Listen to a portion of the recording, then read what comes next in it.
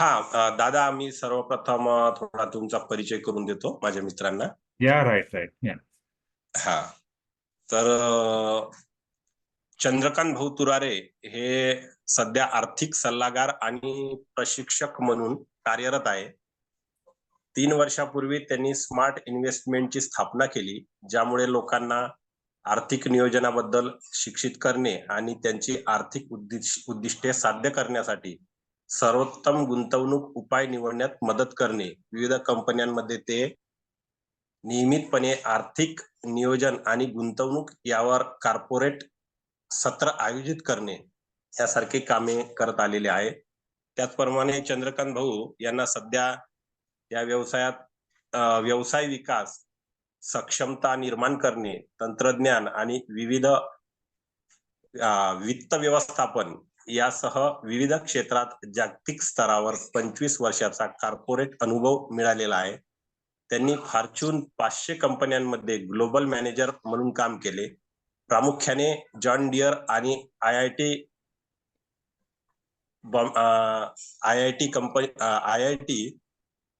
आणि बॉम्बे मध्ये research association. त्याचप्रमाणे चंद्रकांत भाऊ हे IIT खरगपूर, फ्लेन्सबर्ग विद्यापीठ जर्मनी आणि सिम्बायोसिस इन्स्टिट्यूट पुणे यांचे ते माजी विद्यार्थी आहेत. तर मी चंद्रकांत विनंती करतो की त्यांनी या सत्राला सुरुवात करावी. या धन्यवाद संजय. आणि मला खूप आनंद होत आहेत की बऱ्याच दिवसानंतर मला तुमच्याशी बोलण्याची संधी मिळत आहे आणि प्रत्यक्ष बघण्याची संधी मिळतात. आणि हे शक्य झालं झूमच्या माध्यमातून, अन्यथा आपल्याला मला वाटत नाही की आपण असं कधी भेटलो असतं. तर मला लहानपणचा तो वेळ अजूनही आठवत आहे, कारण माझी जन्मभूमी खैरगावच आहे. माझी कर्मभूमी जरी माझी वेगळ्या देशात गेली असली तरी पण अजूनही माझं गावाशी संबंध आहे, तुमच्या लोकांशी संबंध आहेत. आणि तुम्ही जो इनिशिएटिव्ह घेतलेला आहे, कारण काय होतं की शहरामध्ये या गोष्टींना बरीच चालना मिळते, लोकांना थोडी माहिती असते, परंतु लहान गावापर्यंत या गोष्टी पोचत नाही. तर ह्या या माध्यमातून, आपण झूम मीटिंगच्या माध्यमातून आपल्याला एक संधी मिळत आहेत की जेणेकरून आपण जास्तीत जास्त लोकांपर्यंत पोहोचवायचं. आणि एक अवेअरनेस असणं आवश्यक आहे, कारण हा विषय असा आहे, personal finance, planning and investment खूप मोठा विषय आहे. आपण जर 2-3 दिवस त्यावर चर्चा केली तरी संपणार नाहीत. तर आपल्याकडे सध्या 1 तासाचा वेळ आहे, त्यामध्ये मी या विषयाबद्दल थोडीशी माहिती देणार आहोत. आपल्याला काही काही गोष्टी थोड्या कठीण वाटतील, परंतु कन्सेप्ट मी सांगणार आहोत आणि नंतर भविष्यामध्ये जर कोणाला इंटरेस्ट असेल तर आपल्याला स्पेसिफिक विषयावर चर्चा करता येतील. ओके. तर आज आपण या विषयाकडे थोडं वेगळ्या दृष्टिकोनातून बघूयात. तर आपल्याला माहित आहे पैशाचं महत्व काय, तर पैशाशिवाय काहीच काम होत नाही. आपल्या जीवनामध्ये पैशाला खूप महत्व आहे. आपण काम करतो किंवा बिझनेस करतो. ओके. तर यामध्ये आपण बघितलं की भारतामध्ये आपल्याकडे जी एज्युकेशन लिटरेसी आहे, ज्याला आपण म्हणतो शैक्षणिक साक्षरता, खूप मोठी आहे. एकेकाळी ती 60% होती, 70, आज जवळपास 85% पोहोचलेली आहेत. खूप आनंदाची गोष्ट आहे की लोकांना वाचता बोलता सगळं येतं. परंतु ज्यावेळेस आपण फायनान्शियल लिटरेसीचा विचार करतो, आपल्याकडे ती खूप कमी आहेत. तर 2 वर्षाआधी एक सर्वे करण्यात आला होता की भारतामध्ये एज्युकेशन लिटरेसीचा सर्वे नेहमीच होत असतो, परंतु फायनान्शियल लिटरेसीचा जेव्हा सर्वे करण्यात आला तेव्हा असं दिसलं की ती फक्त 20%वरच आहे. तर बऱ्याच लोकांना हेच माहित नाही की इन्व्हेस्टमेंट म्हणजे काय, कुठं इन्व्हेस्ट करायचं, कसं इन्व्हेस्टमेंट करायचं. बरेच लोक बँकेमध्येच पैसा ठेवतात, म्हणजे आपण सेव्हिंग म्हणतो किंवा फिक्स डिपॉझिट, या ठिकाणी पैसा टाकण्यात येतो आणि त्यामध्ये तिथं ग्रोथ येत नाहीत. ओके.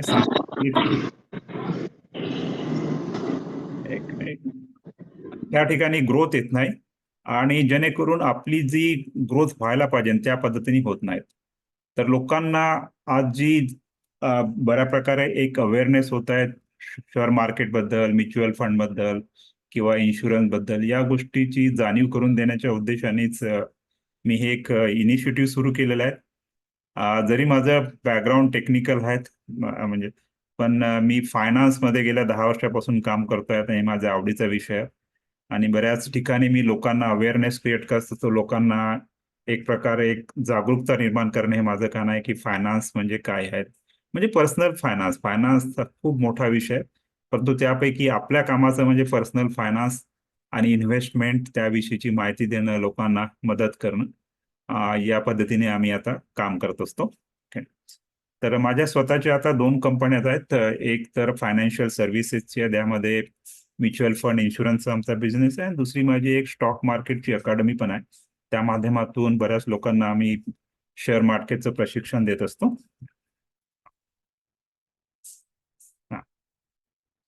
तर आपले प्रत्येकाचे काहीतरी फायनान्शियल गोल असतात असे, आणि प्रत्येकालाच वाटतं की आपलं जीवन सुखाचं, समृद्धीचं आणि निश्चिंत राहावं.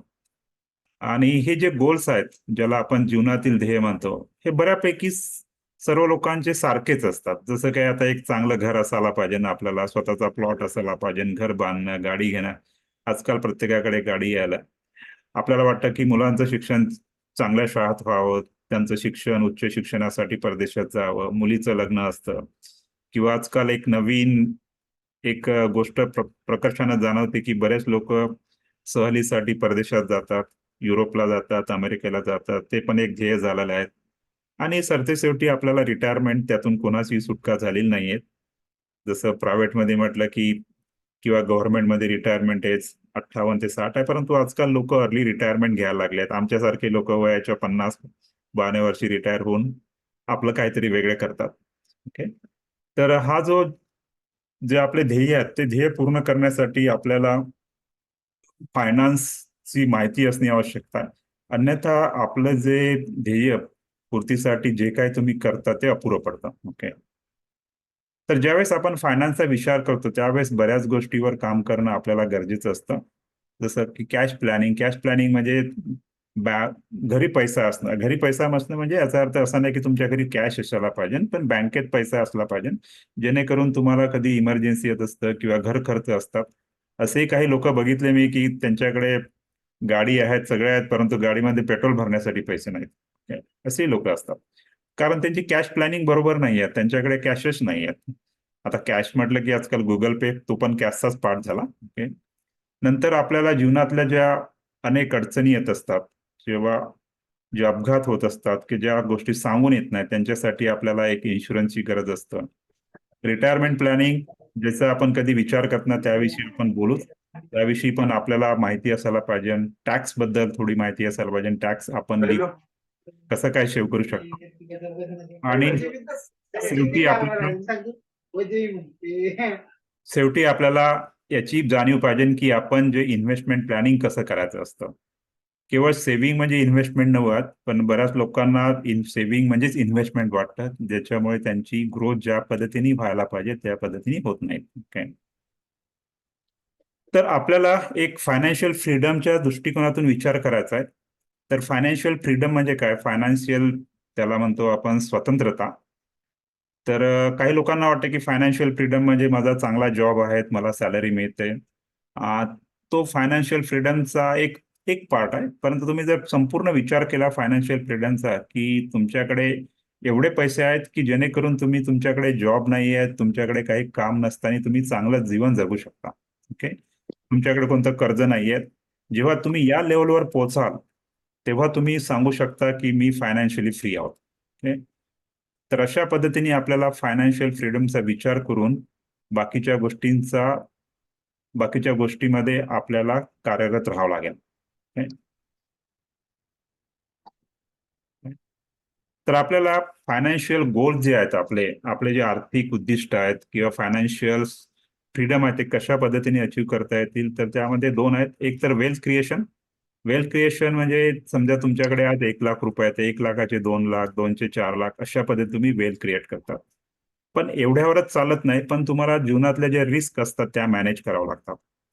तर याचं चांगलं उदाहरण म्हणजे तुम्ही कोरोनामध्ये बघितलं आहे की लोकांकडे फायनान्शियली तर चांगलेच घडत होते, लोकांचे पगार वाढत होते, लोकांच्या जे वेल्थ आहे ते वाढत चाललं होतं, परंतु एका एका घटनेने लोकांचं सगळं वेल्थ खाली गेलं.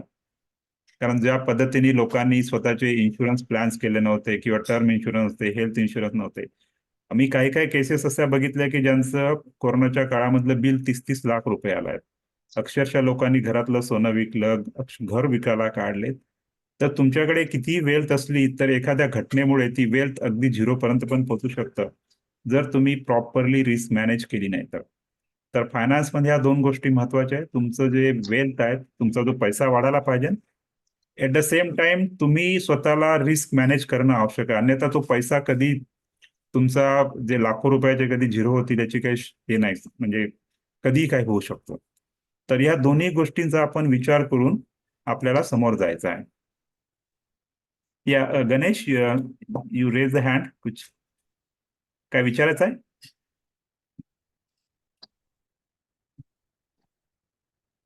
ओके, जर तुमचे काही प्रश्न असतील नंतर आपण घेऊच. ओके, सध्या आपण फ्लो मध्ये जेवढं काही माहिती गोळा करता येतील तुमच्या कामाची माहिती त्याविषयी चर्चा करू. ओके, तर सेव्हिंग आणि इन्व्हेस्टमेंट मध्ये काय फरक आहे? समजा तुमची सॅलरी जर समजा की कोणाचा जर पगार 50,000 रुपये येत असेल आणि जो खर्च जातो, खर्च जर 40,000 रुपये असेल, जे राहिले त्याला सेव्हिंग म्हणतो आपण. परंतु काही लोकांच्या बाबतीत असं होतं की त्यांचे जे खर्च जास्त असतं, पगार 50,000 असतो, परंतु म्हणजे आपण एक मोठ्या इच्छा असते, कधी कधी आपण मोठं घर घेतो, गाडी घेतो, त्याची ईएमआय वाढतात, त्यामुळे जो खर्च इन्कम पेक्षा जास्त येतो, मग आपण लोनच्या ट्रॅप मध्ये येतो. एकदा माणूस लोनच्या ट्रॅप मध्ये आला तर तिथून निघणं फार कठीण जातं. असे मी बरेच केसेस बघत असतात, एस्पेशली जे आयटी मध्ये लोक आहेत, चांगले पगार आहेत, 1-1, 2-2 लाख रुपये पगार आहेत, परंतु त्यांचे खर्च त्यांच्या पगारापेक्षा जास्त आहेत. त्यामुळे मग ते क्रेडिट कार्ड वापरणं काय, नंतर पर्सनल लोन घेणं, या गोष्टीमध्ये ते अडकतात आणि तिथून बाहेर येणं खूप कठीण जातं. तर एक थंब रूल आहेत, एक की तुम्ही किती पर्सेंट सेव्हिंग करायला पाहिजे. जर तुमचं इन्कम जर सपोज 1 लाख रुपये असेल कोणाचं मंथली इन्कम, तर त्यातले 20% आधीच सेव्ह करायला पाहिजे, 20%, आणि बाकीचे जे 80% त्याच्यात खर्च करायला पाहिजे. ओके, पण होतं उलट, आपण खर्च आधी करतो आणि त्यातून जर वाचलं तर ठीक आहे, नाहीतर निगेटिव्ह सेव्हिंग मध्ये येतो. तर त्याला आपण सेव्हिंग म्हणतो. जो काय पैसा आपण काढतो, पगारातून काढतो, त्याला सेव्हिंग म्हणतात. पण इन्व्हेस्टमेंट म्हणजे सेव्हिंग नाही आहे. आता आपण बघितलं ज्यावेळेस डिमॉनिटायझेशन झालं 2017 मध्ये, बऱ्याच लोकांच्या घरी पैसा सापडला, कॅश सापडली. तो पैसा जसाच्या तसाच होता. काही लोकांच्या घरी असे 50,000, 1 लाख, 2 लाख रुपये साडले. जेवढा पैसा होता तेवढाच राहिला, त्या काय ग्रोथ झालेला नाही. ओके, पण इन्व्हेस्टमेंट अशा पद्धतीने होते की तुमची ग्रोथ होतं. जो पैसा तुम्ही आता तुमच्याकडे 1 लाख रुपये असेल ते 1 ते 1.5 लाख, 2 लाख, त्याला आपण इन्व्हेस्टमेंट म्हणतो. अन्यथा जर तुम्ही पैशाला जर तसाच ठेवला तर तो काही ग्रो होत नाही.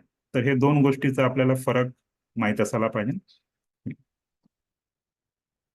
दुसरी एक महत्वाची गोष्ट की जे महागाई, त्याचा आपण नेहमी विचार करायला पाहिजे की आपण कधी पेपरमध्ये फक्त वाचतो की महागाई वाढली, पण त्याचा आपल्या जीवनावर काय परिणाम होतो ते पण बघायला पाहिजे. ओके, तर जसं 2005 मध्ये मला आठवतं की हा समोसा होता तो 5 रुपयाचा होता. आज 2024, जवळपास 20 वर्षामध्ये त्याची किंमत 20 रुपये झाली. ओके, तर काय झालं, समोसा तसाच राहिला, त्याची चव काही बदलली नाही, परंतु त्याची किंमत वाढत गेली.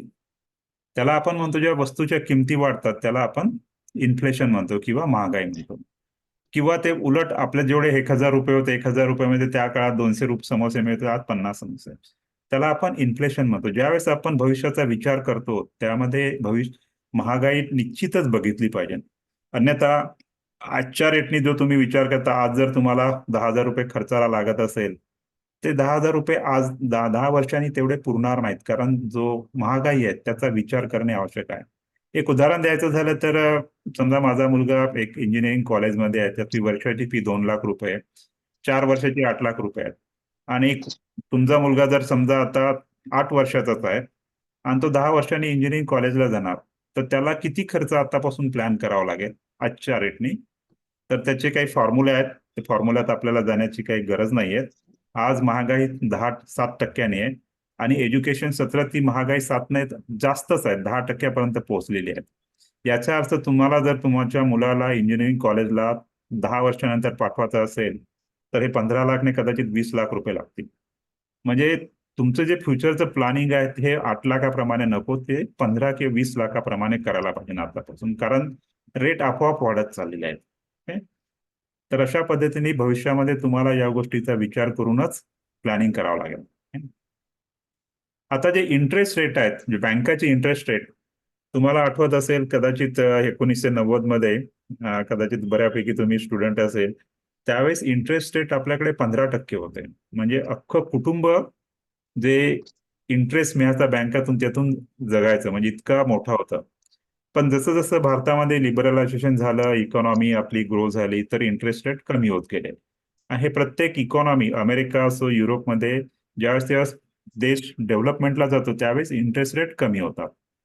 तर आता 2020 आणि आता जे इंटरेस्ट रेट आता 6% आलेले आहे. कोरोनाच्या काळात थोडेसे वाढले होते, मधल्या काळात अजून कमी झाले होते. परंतु जशी आपली इकॉनॉमी ग्रो होणार आहे तशी इंटरेस्ट रेट 2030 मध्ये 4%, 2040 मध्ये 2 ते 3% हे साहजिकच येतील. कारण ज्या पद्धतीने भारत देश आर्थिक एक महासत्ता बनत आहे तर ही इंटरेस्ट रेट कमी होतात. तुम्हाला कदाचित माहित असेल की अमेरिकेमध्ये आज इंटरेस्ट रेट फक्त 2% आहेत आणि जपान सारख्या देशामध्ये इंटरेस्ट रेट निगेटिव्ह आहेत. निगेटिव्ह म्हणजे तुम्ही बँकामध्ये पैसा ठेवतात, तुम्हाला काही इंटरेस्ट देत नाहीत, उलट तुम्हाला त्यांना फी द्यावं लागतं. तर अशा पद्धतीने हा काळ येणार आहे. तर याचा अर्थ असा आहे की ज्या बँकात पैसे ठेवणं भविष्यामध्ये तुम्हाला परवडणार नाहीत, कारण त्यातून जे रिटर्न्स आहेत ते दिवसेंदिवस कमी होत चाललेले आहेत. आणि इन्फ्लेशन तुम्ही बघता, महागाई हे 7% आहेत.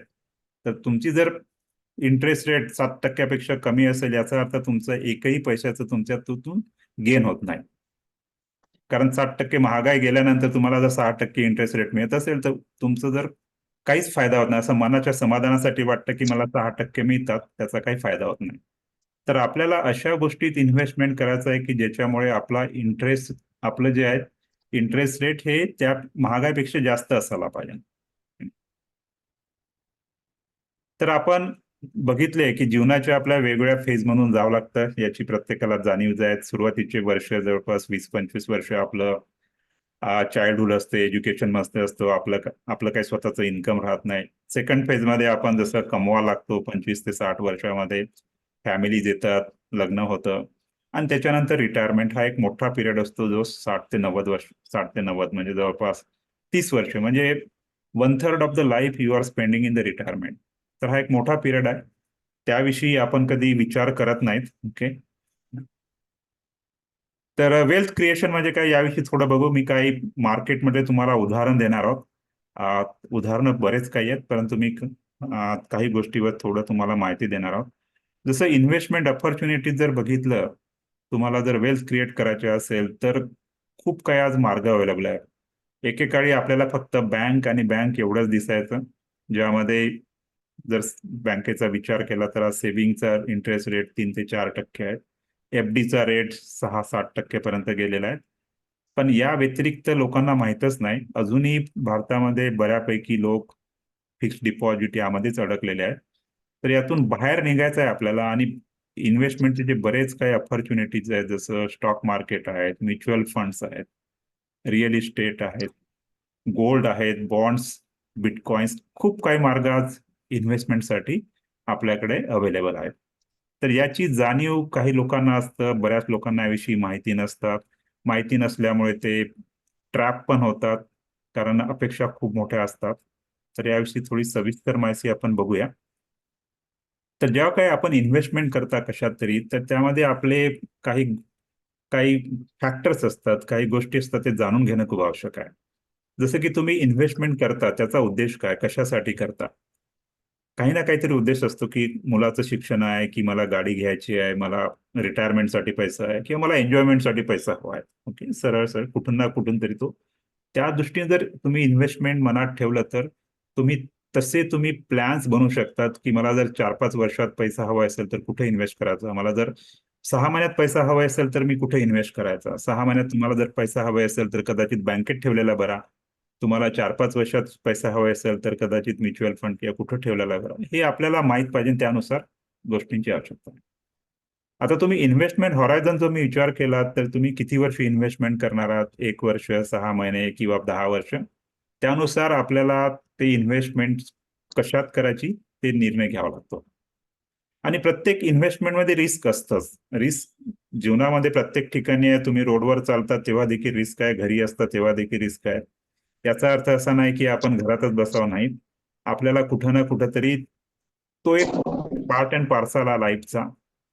आज जर म्हटलं बँकेत जरी पैसे ठेवले, तुम्ही लाखो रुपये ठेवले, तरी कधी कधी गव्हर्नमेंट तर्फे तुम्हाला फक्त 5 लाखाचीच तुम्हाला ते परतफेड करू शकतात. याचा अर्थ असा नाही की तुमचा पैसा जातो, असं नाहीये. परंतु ही गोष्ट तुम्हाला, बऱ्याच लोकांच्या मनामध्ये संशय असतात की माझ्या पैशाचं काय होणार. तो जर विचार मनात असेल तर माणसाची ग्रोथ होणार नाहीत, कारण तो विचार ठेवला तर आपल्याला फक्त पैसे बँकेतच ठेवावे लागेल आणि ग्रोथ होणार नाही. तर कुठं ना कुठेतरी आपल्याला समोर जाण्यासाठी रिस्क घ्यावंच लागतं. ओके, सगळ्या ठिकाणी रिस्क आहेत, पण ती रिस्क आपण कॅल्क्युलेटेड रिस्क घेऊन समोर जायचं असतं. हे पण महत्वाचं आहे की तुम्हाला किती % रिटर्न हवेत. रिटर्न म्हणजे तुम्हाला गेन किती हवा आहे, तुमचं इंटरेस्ट रेट किती पाहिजे. साध्या भाषेत सांगायचं झालं तर, की तुम्ही समजा 1 लाख रुपये बँकेत ठेवले तर तुम्हाला 6%. बट तेच जर तुमचं जर अपेक्षा असेल की मला 15% रिटर्न असायला पाहिजे, तर बँकेत ठेवून तुम्हाला ते रिटर्न मिळणार नाही. त्यासाठी तुम्हाला बँकेच्या बाहेर जावं लागेल, कदाचित म्युच्युअल फंड, स्टॉक मार्केट किंवा दुसरा पर्याय हे करावा लागेल. आणि महत्वाची गोष्ट की तुम्ही इन्व्हेस्टमेंट केव्हा करता.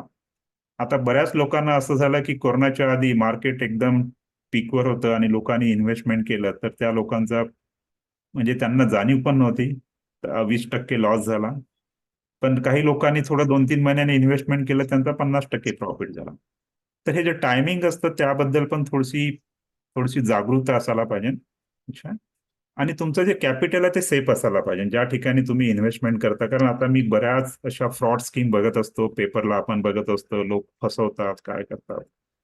तर त्याच्या मागे न जाता ज्या ठिकाणी आपलं कॅपिटल तरी सेफ राहणार, ओके, त्याचा विचार केला पाहिजे.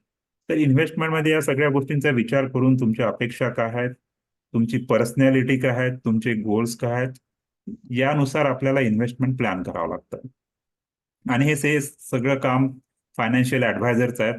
ज्यावेळेस आम्ही लोकांचे मोठे मोठे इन्व्हेस्टमेंट करत असतो करोडो रुपयाची, त्यांच्यासोबत आमचं चर्चा होते, त्यांची पर्सनॅलिटी कळते की खरोखरच त्यांना काय हवं आहे, ते रिस्क घेतात की खूपच त्यांना रिस्क नकोच आहेत. मग त्यानुसार आम्ही त्यांना पर्याय सांगत असतो.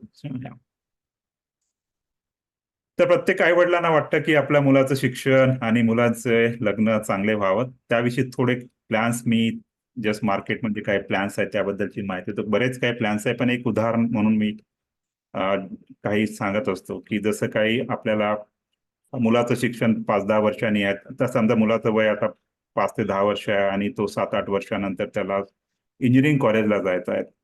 समजा आपण 1 लाख रुपये जर इन्व्हेस्ट केले तर त्याला 10 वर्ष, तर त्याला प्रत्येक वर्षाला 3.5 लाख 5 वर्षासाठी मिळू शकतो. तर अशा पद्धतीने एक प्रकारचं आपल्या मुलाच्या शिक्षणाचं प्लॅनिंग करू शकतो. आणि हे जे इन्कम असतं, कारण हे गव्हर्नमेंट सपोर्टेड स्कीम असतात. गव्हर्नमेंट म्हणतं की तुम्ही यामध्ये इन्व्हेस्ट करा, जेणेकरून तुम्ही मुलाचं भविष्य, त्याचं शिक्षण ते करू शकता. तर हे ज्या स्कीम असतात त्या गॅरंटेड स्कीम असतात. टॅक्स फ्री रिटर्न मिळतात तुम्हाला या याच्यामध्ये. नंतर तुम्ही या योजनेबद्दल ऐकलं असेल, सुकन्या समृद्धी योजना. ही केंद्र सरकारची योजना आहे आणि फार प्रचलित योजना आहेत. बेटी बचाओ बेटी पढाओ या अंतर्गत हे सुरू केलेली आहेत आणि हे खूप चांगली आहेत. खरोखरच ज्यांना जर मुलगी असेल तर अगदी मुलीसाठी जर आपण 15 वर्ष जर 1.5 लाख रुपये वर्षाला टाकले, तर ज्यावेळेस ती 21 वर्षाची होईल, तिच्या शिक्षणासाठी म्हणा किंवा भविष्यात लग्नासाठी एक चांगली अमाऊंट तुमच्या हातात येतो, जवळपास 65 लाख रुपये. आणि त्यामध्ये जे इंटरेस्ट रेट पण खूप छान आहेत, 8.3% आहेत. आणि टॅक्स सगळ्यात मोठा ऍडव्हान्टेज मध्ये की टॅक्स लागत नाही याला. एवढा पैसा मिळून सुद्धा 65 लाख रुपये, आज जर 65 लाख रुपयाचं तुम्ही इन्कम दाखवलं तर तुम्हाला जवळपास 30% टॅक्स भरावा लागेल. आज 30% टॅक्स म्हटलं तरी आज जवळपास 20 लाख रुपये टॅक्स जातं त्यावर. तर त्यामध्ये टॅक्स फ्री आहेत. तर या योजनेचा तुम्ही जरूर फायदा घ्या, ज्यांनी घेतला नसेल तर. ओके. थोडं रिटायरमेंट बद्दल बोलू, कारण रिटायरमेंट बद्दल लोकांचे बरेच गैरसमज आहेत. बऱ्याच लोकांना वाटतं की रिटायरमेंट प्लॅनिंग म्हणजे जसं आता आपण जॉब सोडणार आहोत वयाच्या 55-60 वर्षी, तेव्हा लोकांना ह्या गोष्टी आठवतात. पण ते चुकीचं आहे. रिटायरमेंट प्लॅनिंग हे रिटायरमेंटच्या वेळेस होत नसते. रिटायरमेंट प्लॅनिंग हे अगदी जेव्हा तुम्ही पहिला जॉब जॉईन करता वयाच्या 25 वर्षी, तेव्हापासून सुरुवात होतं. कदाचित आपल्यापैकी आपल्याला माहित नसेल, परंतु भविष्यामध्ये जी काही पिढी आहे त्यांना थोडीशी तुम्ही जागरूकता करून द्या. आणि आपण मोकळ्या मनाने पैसा खर्च करत असतो आणि नंतर जाग येते की यार मी रिटायर होणार. ओके, तर आता काय.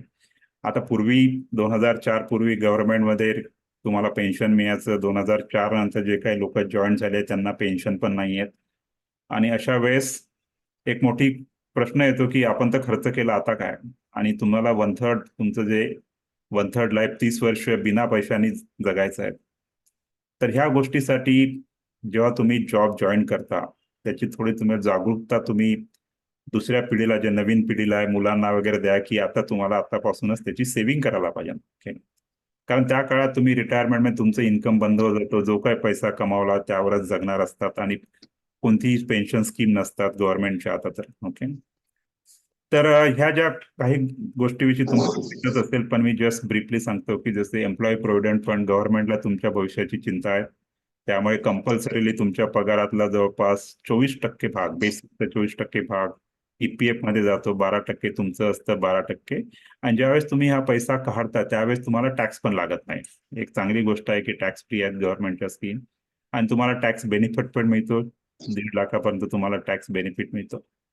पब्लिक प्रोव्हिडंट फंड अशी आहेत की ज्यामध्ये तुम्हाला तुम्हाला किंवा बाकी लोकांना, म्हणजे जे गव्हर्नमेंट सर्वंट नाही आहेत किंवा प्रायव्हेट कंपन्यामध्ये आहेत, व्यापारी आहेत, त्यांच्यासाठी एक चांगली योजना केली आहे की रिटर्न्स पण तुमच्या जवळपास 7% जातात. आणि जे ईपीएफचे रिटर्न्स आता गव्हर्नमेंटनी रिसेंटली वाढवले आहे 8.25%. पीपीएफ मध्ये पण तुमचं 15 वर्ष पैसा लॉक होतो, पण तुम्हाला टॅक्स बेनिफिट. आणि ज्या काही गव्हर्नमेंटच्या स्कीम आहेत त्यामध्ये जास्त इन्व्हेस्टमेंट करता येत नाही. कारण तुम्ही बघितलं, अन्यथा बरेच लोक बँकेत पैसा न ठेवता सरळ सरळ पीपीएफ मध्ये टाकलेलं असतं, कारण 1.5 लाखाच्या वर पैसा टाकता येत नाही. टॅक्स बेनिफिट्स आहेत. तर या माध्यमातून पण पूर्वी पैसा लोक टाकायचे. ओके. तर हा काळ आता हळूहळू बदलत चालला, पीपीएफ वगैरे पण आहे, ठीक आहे म्हणजे. ओके. आता नॅशनल पेन्शन स्कीम आली आहे 2004 नंतर. त्यामध्ये ही जे तुमचं जे पेन्शन ह्या अमेरिकेमध्ये प्रकार होता तो भारतात आला की त्यामध्ये तुमचं पेन्शन तुम्ही स्वतःच तयार करायचं असतं. त्यामध्ये तुम्हाला जे काही रिटर्न तुमचं जे सेव्हिंग आहेत की ते तुमच्या कंपनीतर्फे किंवा तुमच्या ऑफिसतर्फे एनपीएस मध्ये जमा होतात. आणि यामध्ये तुमचा जो पैसा आहे तो शेअर मार्केटमध्ये जातो, बॉन्ड्समध्ये जातो, गव्हर्नमेंट सिक्युरिटीज बऱ्याच ठिकाणी जातो. ओके. तर रिटर्न्स बऱ्यापैकी छान आहेत. 6 ते 10% रिटर्न मिळतात. आणि जेव्हा तुम्ही मॅच्युरिटीला येता, 60 वर्ष रिटायरमेंटला येतात, तर त्यावेळेस तुम्ही 60% पैसा, तर तुमच्याकडे जर 10 लाख रुपये त्यावेळेस जमा झाले असेल तर 6 लाख रुपये तुम्ही अपफ्रंट विड्रॉ करू शकता. त्यावर टॅक्स नाही आहेत. आणि 40% पैशाची तुम्हाला कुठे ना कुठे ते अॅन्युइटी करावं लागतं. अॅन्युइटी म्हणजे एक प्रकारचं ते पेन्शनमध्ये टाकावं लागतं. टॅक्स बेनिफिट चांगले आहेत आपल्याकडे या ठिकाणी. तर कदाचित तुमच्यापैकी काही लोकांनी याचा फायदा घेतलेलाच असेल नॅशनल पेन्शन स्कीमचा. नंतर प्रायव्हेट मध्ये जे लोक असतात त्यांना लमसम पैसा खूप मिळतो. म्हणजे असे मी लोक बघितले की त्यांना 50 लाख 1 करोड वगैरे मिळतात. त्यांचं पेन्शन नसतं, मग ते पेन्शन स्कीम मध्ये टाकतात, जेणेकरून त्यांना प्रत्येक वर्षाला म्हणा 7 लाख रुपये, समजा 1 करोड वगैरे टाकले असेल तर 50-60 हजार रुपये त्यांचा महिना सुरू होऊन जातो. अशा ज्या स्कीम्स आहेत, आता ह्या ज्या कंपन्या आहेत जसं टाटा आहेत, एचडीएफसी आहेत, आयसीआयसीआय, बऱ्याच कंपन्या ज्या गव्हर्नमेंट सपोर्टेड आहेत. या बाबतीमध्ये गव्हर्नमेंटचे लॉज खूप स्ट्रिक्ट आहेत आणि त्यांना टॅक्स फ्री केले आहे, गव्हर्नमेंटने टॅक्स फ्री केलेले आहेत, जेणेकरून लोकांनी आपलं भविष्यासाठी जो पैसा जो असेल ते कमीत कमी रिटर्न्स मिळत राहावं.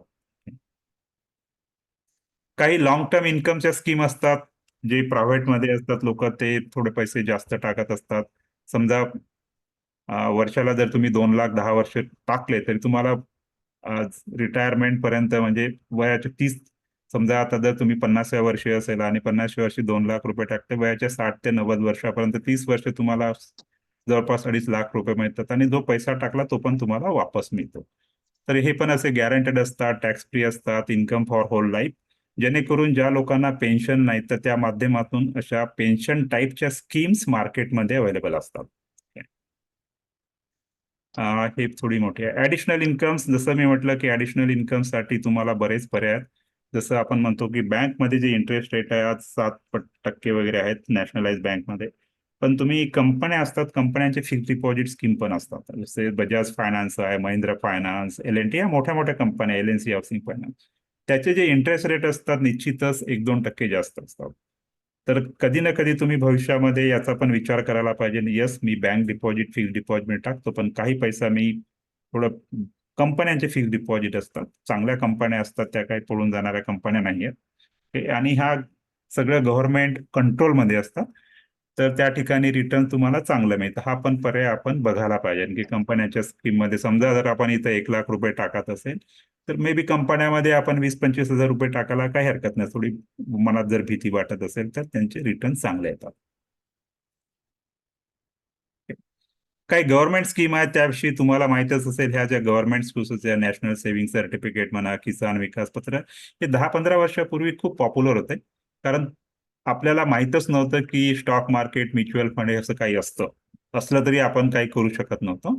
त्यामुळे लोकांना एक सरळ सरळ म्हणजे सेव्हिंग सर्टिफिकेट घेणं, किसान विकास पत्र घेणं, ज्यामध्ये इंटरेस्ट रेट 7-7.5% असायचं, काय टॅक्स बेनिफिट्स असायचे. ओके, तर किसान विकास पत्राचं तसं त्या किसान विकासमध्ये आपल्याला टॅक्स बेनिफिट मिळत नाही, पण थोडं रिटर्न तुम्हाला 7.6% पर्यंत मिळतं. ओके, पण त्याला लॉकिंग पिरियड असतात, 10 वर्ष 5 वर्ष तुमचे पैसे काढता येत नाही. काय पर्टिक्युलर आता काही ही एक पोस्ट ऑफिस ही पण खूप सुंदर स्कीम आहे, ज्याला आपण post office monthly income scheme म्हणतात. त्यामध्ये बँकेपेक्षा रिटर्न चांगले मिळतात. ओके, बँकामध्ये जर सेव्हिंगचा रेट आपल्याला जर 3-4% येतो, फिक्स डिपॉझिटचा 6-7%, तर हा रेट थोडा जास्त येतो. पण यामध्ये पण लिमिटेशन असे आहेत. आधी ते मॅक्सिमम डिपॉझिट 4.5 होतं, आता रिसेंटली मागच्या बजेटमध्ये त्यांनी 9 लाख केलं इंडिव्हिज्युअलसाठी. आणि जर नवरा बायको दोघांनी जर जॉईंट अकाउंट ओपन केलं तर 15 लाख पर्यंत तुम्हाला मिळतं. ओके, पण त्याला टॅक्स तुम्हाला पडतोच. ओके, तर ती पण एक सर्वसामान्य लोकांसाठी स्कीम आहे. ओके, आणि ह्या ज्या गव्हर्नमेंटच्या स्कीम आहेत ह्या मिडल क्लाससाठी बनवलेल्या आहेत.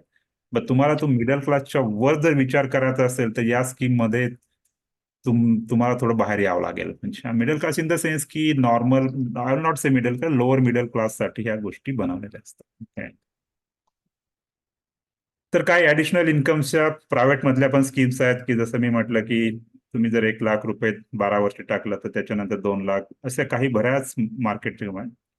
नंतर आपण थोडं रिअल इस्टेट प्रॉपर्टीज विषयी बोलू. आपल्या भागामध्ये यावर खूप म्हणजे फोकस असतं आणि खरोखरच म्हणजे ज्यांनी 1990 ते 2015 पर्यंत इन्व्हेस्टमेंट केलं असेल खूप फायदा झाला यामध्ये. कारण कोणत्या इकॉनॉमीमध्ये ज्यावेळेस ती इकॉनॉमी लिबरलाइज होतं, ज्यावेळेस मार्केट लिबरलाइज होतं, त्यावेळेस सगळ्यात अधिक लोकांचं इन्व्हेस्टमेंट जर होत असेल तर ते एकतर होतं रिअल इस्टेट किंवा गोल्डमध्ये. ते अमेरिकेत पण तेच झालं, जपानमध्ये तेच झालं. पण 2015 नंतर जे रिअल इस्टेटचे रेट्स आहेत, फ्लॅटचे रेट्स, प्लॉटचे रेट तसेच राहिले. आता मी बघतो गेल्या 10 वर्षामध्ये जो फ्लॅट जो 25 लाखाला घेतला असेल कोणी, तर आज तो 10 वर्षानंतर तेवढीच किंमत आहे की ते काही कमी झालेली आहे. पण ओव्हरऑल जर तुम्ही रिटर्न बघितले काही काळापुरतेच खूप छान रिटर्न्स होते. तुम्हाला थोडा जर टॅक्स बेनिफिट पण मिळायचे, पण आता ह्या गोष्टी थोडं केअरफुली इन्व्हेस्टमेंट करायला पाहिजे. ओके, एस्पेशली जर तुम्ही जर घर घर भाड्याने देण्यासाठी द्यायच असेल तर त्यामध्ये किती फायदा होतो त्याचे आम्ही काही कॅल्क्युलेशन केलेले आहे. कॅल्क्युलेशन आम्ही नाही केले, हे सगळ्यांना माहितच आहे, सीएना पण माहित आहे की तुम्ही जर सेकंड घर घेतलं, दुसरं घर घेतलं आणि भाड्याने देतो म्हटलं, त्यातून जे रिटर्न्स मिळतील ते फार फार कमी मिळतं. जसं आम्ही पुण्यातलंच एक उदाहरण देतो. समजा एखादी 75 लाखाचा फ्लॅट तुम्ही जर घेतला आणि त्याचं भाडं वर्षाचं बघितलं 30,000 रुपये महिना जरी पकडलं 3.5% 3.5 लाख रुपये येतं. आणि तुमची बाकी सोसायटी मेंटेनन्स, प्रॉपर्टी टॅक्स, नंतर रेग्युलर जे रिपेअर मेंटेनन्स करतो म्हटलं तर तुम्हाला जो वर्षाचा खर्च 71,000 येतो. तर तसं बघायला गेलं तर रिटर्न ऑन इन्व्हेस्टमेंट जो म्हणतो आपण ROI, तो फार कमी येतो. 3-3.5%च्या वर जात नाही. कोणतंही तुम्ही घर घेतलं, कमर्शियल प्रॉपर्टी घेतली तरी तुम्हाला येत नाही. तर तुमचे भाडेकरू शोधणं, नंतर हा खर्च. तर तसं फायनान्शियली बघायला गेलं आणि तुम्ही जर घर तुम्हाला जर भाड्याने द्यायच्या हिशोबाने करत असेल तर त्याच्यात काहीही फायदा नाही आहे. उलट तेच पैसे जर तुम्ही इव्हन बँकेत जरी ठेवले तरी त्याच्यापेक्षा जास्त रिटर्न येऊ शकतात. तर ह्या गोष्टीचं आपल्याला थोडं, आपण बरेचदा घर घेताना इमोशनल होतो, असं वाटतं की आपले 2-3 घरं असावे, पण त्या इमोशनचा फायनान्समध्ये काही उपयोग होत नाही. नंतर कळतं की जे रिटर्न्स यायला पाहिजे, जर फायनान्शियली जर तुम्ही जर लिटरेट असेल तर या गोष्टीचा जरूर विचार करायला लागेल. हा. तसंच बॉन्ड्स, डिबेंचर्स यामध्ये पण इन्व्हेस्टमेंट करता येतं. जसं बॉन्ड्स म्हटले की जसं गव्हर्नमेंटला काही पैसा हवा असतो कधी, आपल्याला जर पैसा असला तर आपण बँकेत जातो. किंवा कंपन्यांना पैसा असला तरी ते बँकेत गेले त्यांना इंटरेस्ट रेट जास्त असतात, तर ते बॉन्ड इश्यू करतात, ज्या माध्यमातून ते पैसा लोकांकडून जमा करतात. त्याचे इंटरेस्ट रेट पण थोडे जास्त असतात, 8 to 10% असतात. 3 ते 10 वर्ष तुमचा पिरियड असतो. तशा पद्धतीने आपल्याला हे इन्व्हेस्टमेंट करता येतात. जस्ट तुमच्या माहितीसाठी सांगितलं, कारण की बॉन्डसाठी थोडं इन्व्हेस्टमेंट जास्त लागत असतं. या. आता थोडं सोन्याविषयी बोलू. Investment in the gold. आपल्याकडे सोनं हे एक ऑर्नामेंट म्हणून बघण्यात येतं, पण तुम्ही जर सोन्याचा एक इन्व्हेस्टमेंट पर्स्पेक्टिव्हने विचार केला तर एक चांगला एक ऑप्शन आपल्याकडे अवेलेबल असतो. तुम्ही बघाल की सोन्याचे भाव दिवसेंदिवस वाढत चालले. आज सोनं बहुतेक 72,000 पोहोचलेलं आहे. आणि जर तुम्ही हिस्टॉरिकली सोन्याचे रेट बघत गेले तर 100 वर्षापूर्वी सोनं जवळपास, एक तोळा सोनं जवळपास 20 रुपयाला होता. ओके, 20 रुपयाला म्हणजे समजा 1 किलो सोनं, त्याची किंमत फक्त 2,000 रुपये होते. पण दिवसेंदिवस तसं बघत गेलं तर आपण 2,000 जास्त लांब जाण्याची नाही. 2,000 मध्ये सोनं 4,400 होतं म्हणजे. आणि 2010 मध्ये 18,000 आलं. आणि आज ज्या पद्धतीने सोन्याचे रेट वाढत चालले आहेत, तर सोन्यामध्ये पण तुम्हाला चांगलं रिटर्न मिळते, प्रोव्हायडेड तुम्ही सोनं फिजिकल सोनं न घेता ते सोन्याच्या बॉन्डमध्ये इन्व्हेस्ट करायचं असतं. तुम्ही जर फिजिकल सोनं घेतलं ते विकत ना, तुम्ही ते घरातच पडून राहतं. होऊ शकतं की तुमच्या एका पिढीकडून दुसऱ्या पिढीला जातं, त्यामध्ये तुमचं वेल्थ क्रिएट होत नाही. ओके, तर आता सोन्याचे जे गोल्ड बॉन्ड आलेले आहेत मार्केटमध्ये, गोल्ड बॉन्ड मिळतात. सॉव्हरेन बॉन्ड, गव्हर्नमेंट तर्फे सॉव्हरेन बॉन्ड्स आहेत. ओके, ज्यामध्ये तुम्ही जर इन्व्हेस्ट केलं तर गव्हर्नमेंट तर्फे पण तुम्हाला 2.5% रेट मिळतं, आणि ज्यावेळेस सोनं विकलं त्यावेळेसचा जो रेट आहे त्यानुसार तुम्हाला ते पैसे पण मिळतात. आणि मग ते पैसे घेऊन वाटलं तुम्ही सोनं घेऊ शकता. आणि हे सोनं खूप सेफ आहेत, कारण तुम्हाला एक पेपर गोल्ड मिळतो, पेपर मिळतो. तुमच्याकडे असं फिजिकल सोनं येत नाही. परंतु एक इन्व्हेस्टमेंटच्या पर्स्पेक्टिव्हनी आपण जर आपल्या इन्व्हेस्टमेंटच्या जर 10% जरी त्यामध्ये इन्व्हेस्ट करावं, जेणेकरून आपलं थोडं सेफ साईडनी रिटर्न पण चांगले येतात आणि सिक्युरिटी पण येतात. तर हे बँक सॉव्हरेन गोल्ड बॉन्ड्स बँकेमध्ये अवेलेबल असतात. दर 2-3 महिन्यांनी हे बॉन्ड्स येत असतात रिझर्व्ह बँक ऑफ इंडियातर्फे. तर असे बॉन्ड्स सोनं फिजिकली न घेता, त्याचे दागिने न करता तुम्ही जर याच्यात ठेवलं तर तुम्हाला फायदा होतो, कारण ते तुम्ही विकू शकता. आता थोडं स्टॉक मार्केटमध्ये विषय. स्टॉक मार्केट दिवसेंदिवस लोकांचा कल वाढत चाललेला आहे, आणि कोरोना नंतर तर खूपच झपाट्याने लोक स्टॉक मार्केटमध्ये आलेले आहेत. आम्हाला आठवतं की 2020 मध्ये स्टॉक मार्केटमध्ये जवळपास 4 करोड डीमॅट अकाउंट होत आहे. ते 4 करोड डीमॅट अकाउंट बनायला जवळपास 40 वर्ष लागले. आणि त्याच्यानंतर ते 4 करोड बनायला 2023 पर्यंत 2 वर्षातच 4 करोड अकाउंट बनले. तर इतक्या झपाट्याने त्यामध्ये ग्रोथ झाली आहे. आणि यामध्ये केवळ शहरातलेच नाही, पण छोट्या छोट्या गावातले, नंतर महिला काय सगळे लोक स्टॉक मार्केटमध्ये आले आहेत. आणि अशा पद्धतीने आले आहेत, आणि बरेच लोक तिथून निघून पण गेलेले आहेत. कारण स्टॉक मार्केटमध्ये खरोखरच यस चांगले रिटर्न्स आहेत. ओके, डेफिनेटली तुम्ही जर बघाल गेल्या 40 वर्षाचे रिटर्न्स, तुम्ही जर सोन्यामध्ये बँकमध्ये जर पैसा ठेवला असता फक्त 10,000 रुपये 1979 साली, त्यावेळेस 40 वर्षापूर्वीची घटना आहे, तर तुम्हाला कदाचित ते 2,68,000 मिळाले असते. सोन्यामध्ये ते कदाचित 4, पण स्टॉक मार्केटमध्ये तोच पैसा 45 लाख पर्यंत गेलेला असतो. येस. तर स्टॉक मार्केट ज्या पद्धतीने इंडियाची जी ग्रोथ होऊन राहिलेली आहे, तर त्याच पद्धतीने स्टॉक मार्केट पण वाढत आहे. पण अनफॉर्च्युनेटली असं दिसत आलं आहे की स्टॉक मार्केटमध्ये लोकांना काही ज्ञान नसतं, काही एक्सपिरियन्स नसतात, आणि डायरेक्ट एंट्री मारतात. आज स्टॉक मार्केटमध्ये 80% लोक लॉस का करतात, तर त्याचं रिझन्स पण त्यामागे तेच आहे. सगळ्यात मोठं म्हणजे काही माहिती नसणं, दुसऱ्याच्या भरोश्यावर इन्व्हेस्टमेंट करणं. तर या गोष्टीची जेव्हा तुम्ही माहिती नसते आणि स्टॉक मार्केटमध्ये येतात, त्यामुळे तो एक होतो. जर कोणी जर लॉंग टर्म साठी इन्व्हेस्टमेंट करत असेल 4-5 वर्ष आणि चांगल्या स्टॉकमध्ये, पण होत नाही, आजकालच्या पिढीला तो पेशन्स नाही आहे. दररोज ते स्टॉक मार्केटचा भाव बघणार, हे करणार. 10-15 वर्षापूर्वी असं नव्हतं, कारण त्यावेळेस इंटरनेट एवढं नव्हतं, ग्राफ नव्हते, दररोज पेपरला माहिती बघावं लागायची. आता पेपरला काय, तुम्ही वेबसाईटला गेलं तुम्हाला प्रत्येक सेकंदाला माहिती येतं. तर स्टॉक मार्केटमध्ये जर एंट्री करायची असेल तर खरोखरच हा विषय जो शिकण्याचा विषय आहे. तुमची स्किल डेव्हलपमेंटला 2-2.5 वर्षाचा पिरियड लागतो, 2-3 वर्ष लागतं, तेव्हा कुठं मग स्टॉक मार्केटमध्ये तुमचे रिटर्न्स खूप काय मिळू शकतात. तर हा एक एक वेगळा विषय आहे. ओके. तर बऱ्याच चांगल्या चांगल्या कंपन्या स्टॉक मार्केटमध्ये आहेत. माझं काही लोकांशी बोलणं सुरू असतंच, पण मी स्वतःच स्टॉक मार्केटमध्ये एक प्रो ट्रेडर म्हणून काम करतोय, एक मेंटर म्हणून काम करतो. तर चांगल्या चांगल्या कंपन्या आहेत ज्यांनी खूप रिटर्न्स, जवळपास तुम्ही जर लॉंग टर्मचं जे इन्व्हेस्टमेंट केलेलं असतं, इन्फोसिस आहे, टाटा आहे, HDFC, तर खूप फायदा झाला असता त्याच्यामध्ये. तर ज्यांना स्टॉक मार्केटचं ज्ञान नाही त्यांच्यासाठी म्युच्युअल फंड एक खूप चांगला मार्ग आहे. कारण म्युच्युअल फंडचा पैसा सुद्धा स्टॉक मार्केटमध्ये जातो आणि म्युच्युअल फंड हे एक एक्सपर्ट लोक मॅनेज करत असतात आणि रिटर्न पण स्टॉक मार्केट सारखे देतात. तर हे एक तुम्ही ऍड बघितलंच असेल, धोनी आणि येस लेट मी जस्ट छोटीशी ऍड आहे. आवाज येत आहे? काफी टैलेंटेड है आपकी बेटी। सर बड़ी होकर इंडिया के लिए खेलना चाहती है, तो उसके फ्यूचर के लिए अभी से मैंने सेविंग स्टार्ट कर दी है। फ्यूचर की बात है तो सिर्फ उसे नहीं, आपको भी मैदान में उतरना पड़ेगा। मुझे? इनका मतलब है म्यूचुअल फंड्स के मैदान में सिर्फ सेविंग्स नहीं, हर महीने म्यूचुअल फंड्स में भी इन्वेस्ट कीजिए। वरना आपकी बेटी तो बड़ी होगी, पर उसके लिए सेव किए हुए पैसे शायद उतने ही रह जाएंगे। सही है सर। शॉर्ट भी सही है। म्यूचुअल फंड निवेश बाजार जोखिमों के अधीन है। योजना से जुड़े Yes. सभी दस्तावेजों को ध्यान से पढ़ें। आज म्युच्युअल फंडमध्ये भारतामध्ये इतक्या मोठ्या प्रमाणामध्ये इन्व्हेस्टमेंट होत आहेत की महिन्याला 21,000 करोड म्युच्युअल फंडच्या माध्यमातून स्टॉक मार्केटमध्ये पैसे जातात. तर म्युच्युअल फंडचे बरेच प्रकार आहेत. म्युच्युअल फंडचे तुम्हाला इक्विटीमध्ये, शेअर मार्केटमध्ये काही पैसा जात असतो, काही बॉन्डमध्ये जातो आणि तुमच्याकडे जसं पाहिजे तसं ते म्युच्युअल फंड्स मार्केटमध्ये मिळतात.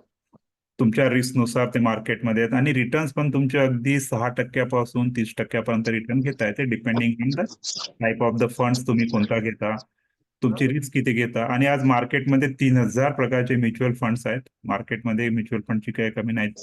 40-45 कंपन्या म्युच्युअल फंडच्या मार्केटमध्ये आलेल्या आहेत आणि अशा पद्धतीने हे ग्रोथ इतकी झपाट्याने होत आहे. तुम्ही जर न्यूजपेपरमध्ये वाचत असेल, तर लोकांना स्टॉक मार्केटमध्ये जो म्हणजे जे पाहिजे जसं नॉलेज पाहिजे ते नाही आहेत. आणि आपण जो स्टॉक मार्केटमध्ये जेव्हा पैसा टाकतो त्यावेळेस आपण ठराविक कंपन्यामध्ये टाकतो, 5-6 कंपन्यामध्ये किंवा 10 कंपन्यामध्ये. पण ते म्युच्युअल फंड कंपनी त्यांच्याकडे हजारो करोड पैसा येतात आणि ते अशा 100-200 कंपन्यामध्ये पैसा टाकत असतात. त्यामुळे रिटर्न्स, त्यामुळे त्याचं लॉस होण्याची शक्यता नसतं जसं आपण स्वतः जर केलं तर. पण डिपेंड करतं, प्रत्येकाच्या स्किलवर अवलंबून असतं.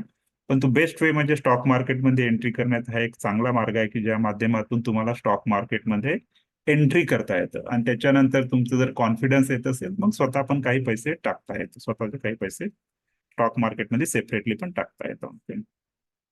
तर म्युच्युअल फंडमध्ये इन्व्हेस्ट करण्याचा एक चांगला मार्ग म्हणजे त्याला SIP म्हणतात, सिस्टमॅटिक इन्व्हेस्टमेंट प्लॅन, की तुमचं प्रत्येक महिन्याला बँकेतून तुमच्या अकाउंटमधून पैसे कटतात आणि ते म्युच्युअल फंडमध्ये इन्व्हेस्ट म्हणतात.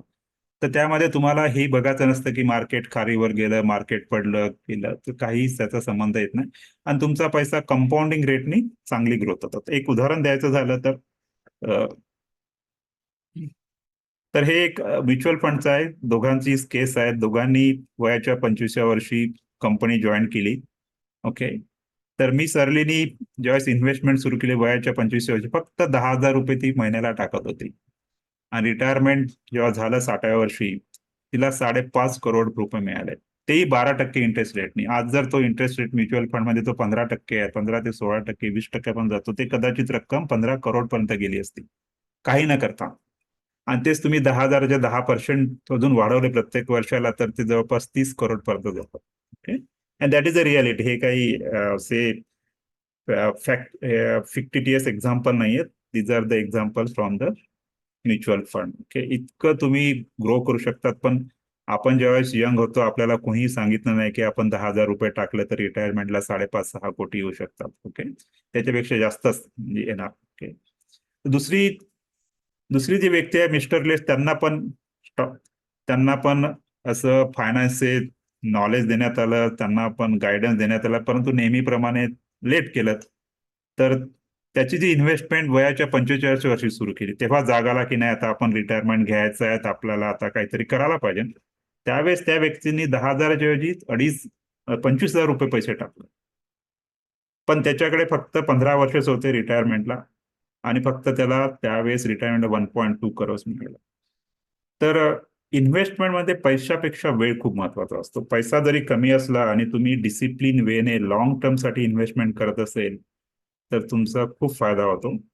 परंतु तुम्ही जर लेट असेल प्रत्येक गोष्टीमध्ये किंवा आळसीपणा करत असेल, आज करू उद्या करू, आता माझा मुलगा शिकत आहेत, मग मुलाचं शिक्षण सुरू असताना मला मुलाला बाहेर पाठवायचं आहे, आता मुलाचं लग्न आहे, असं करत करत तुम्ही रिटायरमेंटच्या एजला येता आणि मग तेव्हा मोठी जाग येते की आता काय करायचं. मग तुम्ही अमाऊंट पण वाढता पण तुमच्याकडे वेळ फार कमी असतो.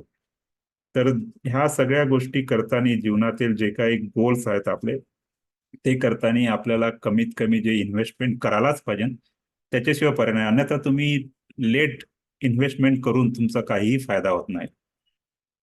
उलट तुम्हाला त्रासच होतं कारण तुमची इन्व्हेस्टमेंट जी अमाऊंट आहे ती पण वाढवावं लागतं आणि एट डन तुम्हाला जेवढा पैसा पाहिजे तो मिळत नाही.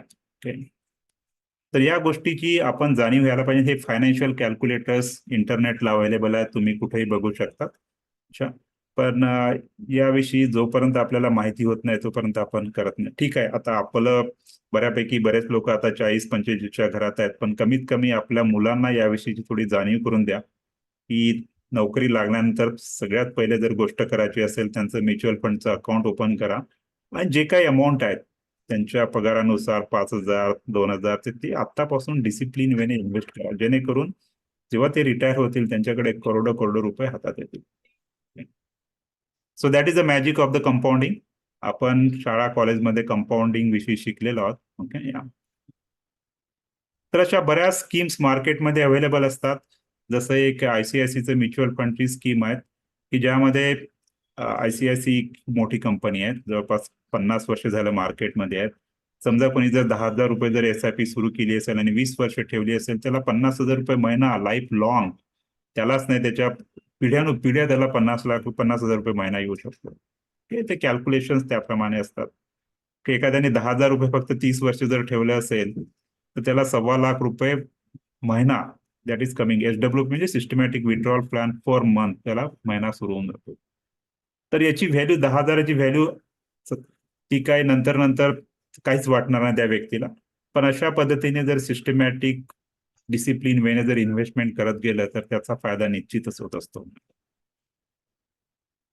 क्रिप्टोबद्दल मला जास्त बोलायचं नाहीत कारण की वेगळं आहे, पण रिस्क मॅनेजमेंट पेक्षा थोडं बोलूयात. कारण रिस्क मॅनेजमेंट कसं करायचं, पैसा तर आपल्याकडे येतोच परंतु रिस्क कशा मॅनेज करायच्या त्याविषयी कदाचित तुम्हाला थोडी कल्पना असेल.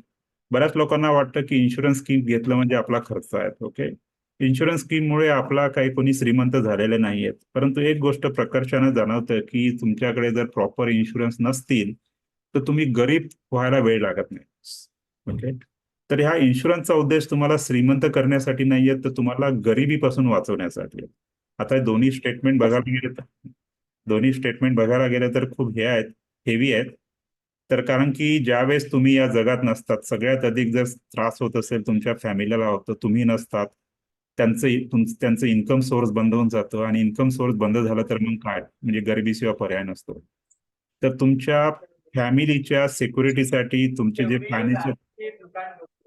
तुमचे जे फायनान्शियल लॉसेस आहे अवॉइड करण्यासाठी, ह्या गोष्टी आपण कोरोनाच्या काळात प्रकर्षाने बघितल्यात. मी स्वतः बघितल्यात, अशा काही केसेस बघितल्या की चांगल्या लोकांना अगदी रस्त्यावर यावं लागलं कारण त्यांचे हॉस्पिटलचे बिलच इतके मोठे होते की ते सहन करू शकले नाहीत लोक. पण त्यांना त्याच्यानंतर जे हेल्थ इन्शुरन्स वगैरे प्रकार सुरू झाला, पूर्वी लोकांना समजून सांगावं लागत की तुम्ही हेल्थ इन्शुरन्स, आता समजवण्याची गरज पडत नाही, लोक स्वतःच येतात. कारण आज हेल्थ इन्शुरन्स म्हटलं की जे हॉस्पिटलायझेशनचा कॉस्ट इतकी झपाट्याने वाढत चालली आहे, साधं ऑपरेशन करतं म्हटलं तरी आज 5-5 लाख रुपये लागतात. ओके, तर त्या दृष्टिकोनातून मी थोडं 2 गोष्टीवर याविषयी बोलणार आहे. तर टर्म इन्शुरन्सचा अर्थ याचा असं होतो की तुम्ही जर समजा कोणी या जगातून निघून गेलं कोणत्या कारणामुळे, ऍक्सिडेंटमुळे किंवा आजारपणामुळे, तर सगळ्यात अधिक त्याचे जो बॅड इफेक्ट्स फॅमिलीवर येतात कारण फॅमिलीचं इन्कम बंद होऊन जातं. तशा केसेसमध्ये प्रत्येकाकडे टर्म इन्शुरन्स असायला पाहिजे आणि त्याचा एक फॉर्म्युला आहे की तुमचं जे इन्कम आहे त्याच्या 10 पट तरी वार्षिक उत्पन्न, समजा वार्षिक उत्पन्न कोणाचं 10 लाख रुपये असेल तर त्याचा 1 कोटीचा टर्म इन्शुरन्स असायला पाहिजे. तर तुम्ही नसलेस तर ते फॅमिलीला 1 कोटी मिळतं आणि फॅमिली तुमची चांगल्या पद्धतीने मुलाचं शिक्षण असो काही असो ती चांगल्या पद्धतीने जगू शकतात. त्यांचं जे लिव्हिंग स्टँडर्ड बदलणार नाहीत. ओके. आणि तुम्हाला टॅक्स बेनिफिट पण मिळतो.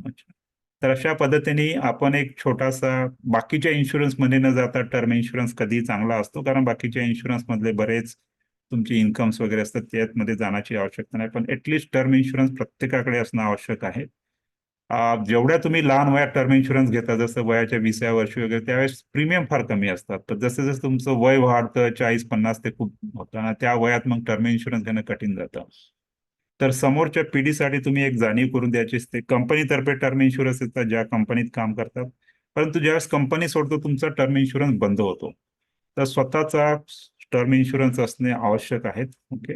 असेही आम्ही काही प्रकार बघितले आहे की लोकांनी एक कंपनी सोडली, दुसऱ्या कंपनीत जॉईंट व्हायला वेळ होता आणि अशी काहीतरी मधले दुर्घटना घडतं, कारण त्यावेळेस कंपनीचा इन्शुरन्स बंद होतो. जोपर्यंत तुम्ही कंपनीत असता त्यावेळेस तुमचा टर्म इन्शुरन्स असतो. त्यामुळे प्रत्येक गोष्ट काही ना काही प्रमाणात स्वतःची असणे आवश्यक आहे. पर्सनल लेवलवर पण स्वतःचे टर्म इन्शुरन्स काही ना प्रमाणात असणे आवश्यक आहे.